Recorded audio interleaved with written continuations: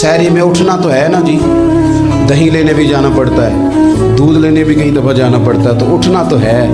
तो ऐसा ना करें कि 10 मिनट पहले उठे, उठ के पहले तहज्जुद की नमाज़ पढ़ें। वो नमाज जिसके बारे में मेरे नबी पाक अलैहिस्सलाम ने फरमाया, जब बंदा तहज्जुद के लिए खड़ा होता है तो रब उसे देख के मुस्कुराता है, जो उसकी शान के लायक। बाकी नमाज़ों में सवाब हो रहा है, तहज्जुद के वक़्त अल्लाह मुस्कुरा रहा है। और हुजूर फरमाते हैं अगर जवान आदमी तहज्जुद के लिए उठे तो रब फरिश्तों के सामने फ़ख्र फरमाता है। तो तहज्जुद की नमाज हर रोज़ मौका होना है, उठना ही उठना है। शहरी के लिए तो उठना ही है, तो वही वक्त तहज्जुद का है, खूब तहज्जुद की नमाज पढ़नी। एक चीज़ आपने ना पूरा रमज़ान इस्तेमाल नहीं करनी, वो गुस्सा है। सारे रोज़े ना, यानी बिल्कुल ऐन इफ्तारी के वक़्त भी तो बंदा गलत बात बर्दाश्त, कौन सी बात करनी होती है, सही कि गलत है?